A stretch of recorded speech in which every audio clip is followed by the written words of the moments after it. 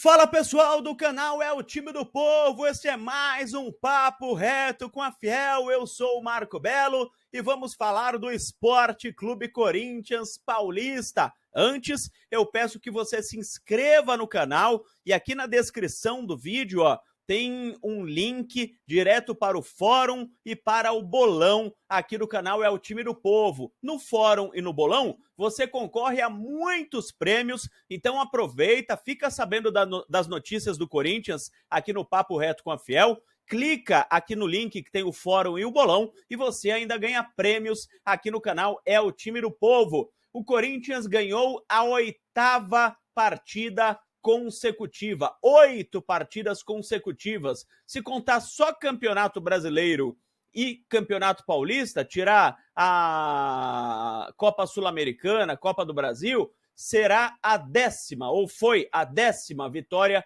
consecutiva, porque tinham sido 9 no Brasileiro, né, do ano passado, e mais uma ontem pelo Campeonato Estadual. E uma vitória mais importante do que o resultado em si, pelo jeito que o Ramon Dias e o Emiliano Dias prepararam a equipe, porque o técnico Fernando Seabra do Bragantino, ele colocou todos os titulares em campo, os jogadores que terminaram o Campeonato Brasileiro do ano passado, até a última rodada, com o reforço do Isidro Pita, né, que foi o grande reforço do Bragantino para a temporada, contra um time do Corinthians com 11 reservas.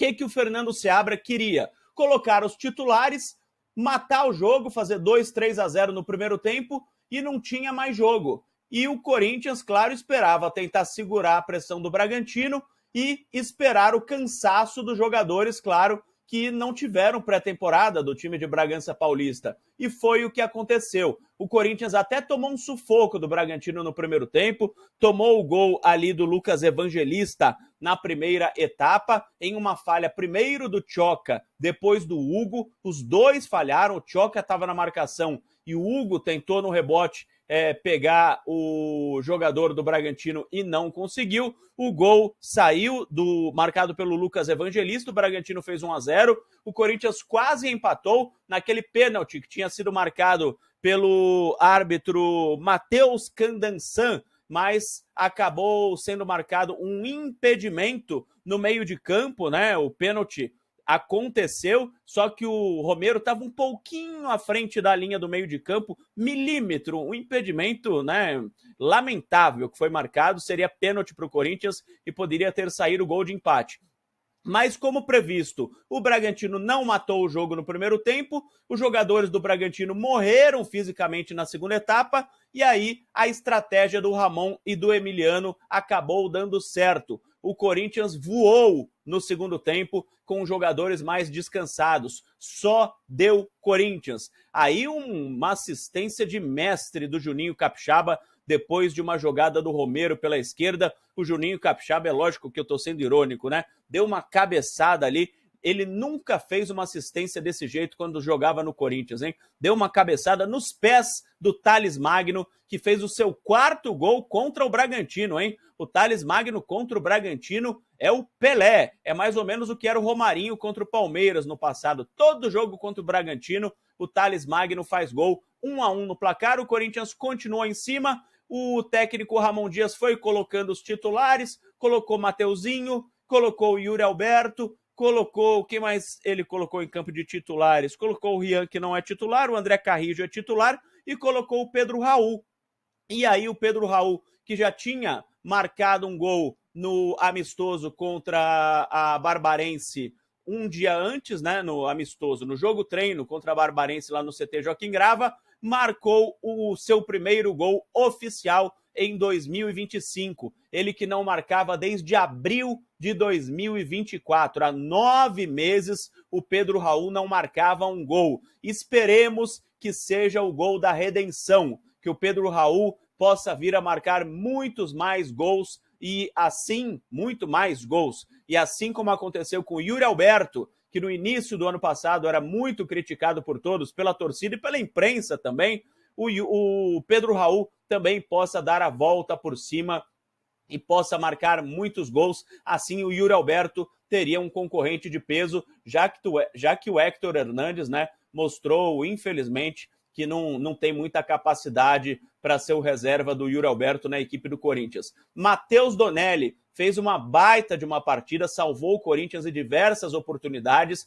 mostrando para o torcedor corintiano que pode ser o reserva do goleiro Hugo Souza. O Léo Maná fez uma partida, para mim, regular, mas pelo menos mostrou personalidade, o garoto que pode ser reserva do Mateuzinho. O Tchoca e o Kaká, para mim, não foram bem, falharam em muitos lances. O Hugo foi o Hugo, regular, né? O Hugo é sempre regular, sempre nota 5. É difícil o Hugo ser muito acima e muito abaixo de 5. José Martínez no meio de campo muito bem, Charles e Alex Santana bem, mais ou menos, Thales Magno bem, e aí no ataque o Ángel Romero, para mim, foi o melhor do jogo. Para mim, o Héctor Hernandes foi mal. Já falei que o Héctor Hernandes eu não gostei. Mas o Romero, para mim, ele provou a todos que eram contra a extensão de seu contrato o porquê que o Corinthians estendeu o contrato do Romero por mais uma temporada. Ele pegou a bola debaixo do braço e falou, deixa comigo.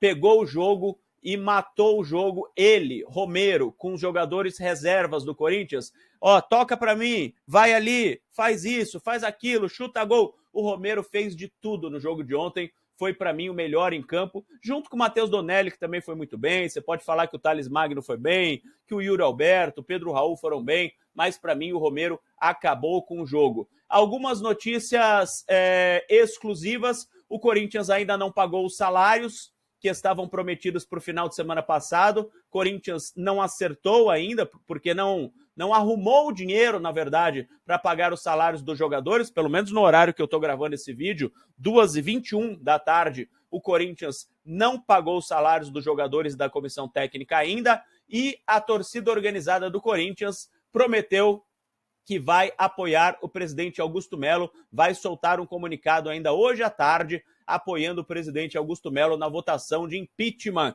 que acontece na próxima segunda-feira no Parque São Jorge. Algumas notícias envolvendo o Corinthians. Hoje tem jogo da Copinha, Corinthians e Ituano às 9h30 da noite, e domingo tem o Corinthians contra o Velo Clube às 6h30 na Neoquímica Arena. O Timão tentando a segunda partida, tentando a segunda vitória consecutiva no Campeonato Paulista, a 9ª vitória consecutiva, olha só, hein? E se contar só Brasileiro e Paulista, seria a 11ª vitória consecutiva.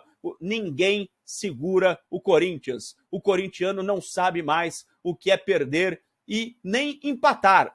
A gente não sabe o que é empatar. O que é empate? Não sei. Só sei o que é vitória. Um abraço a todos e vai, Corinthians!